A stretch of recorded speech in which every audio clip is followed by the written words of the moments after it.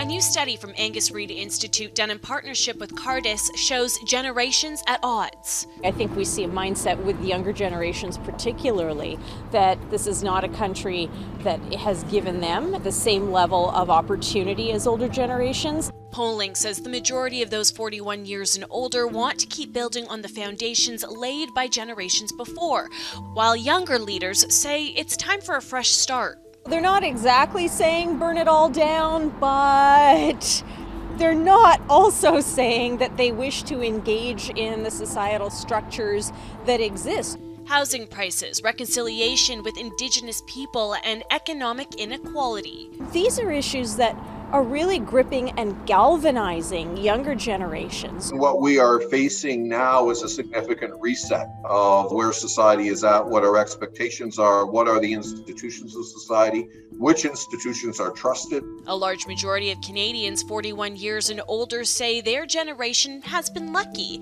but it's not echoed by those leaders 40 years and younger. Economic standards, being able to access the housing market. Look at where we are in terms of inflation these days and affordability. That paired with a more accessible global society has led younger generations to feel like they can step away. Canadians 29 years and younger say they would be open to leaving to seek opportunity elsewhere.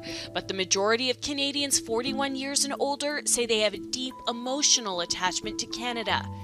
While divided on most, there is one societal concern that has all generations united: climate change. Chosen as the most pressing issue, 65% of all respondents saying Canadian policies should focus on environmental protection over economic growth.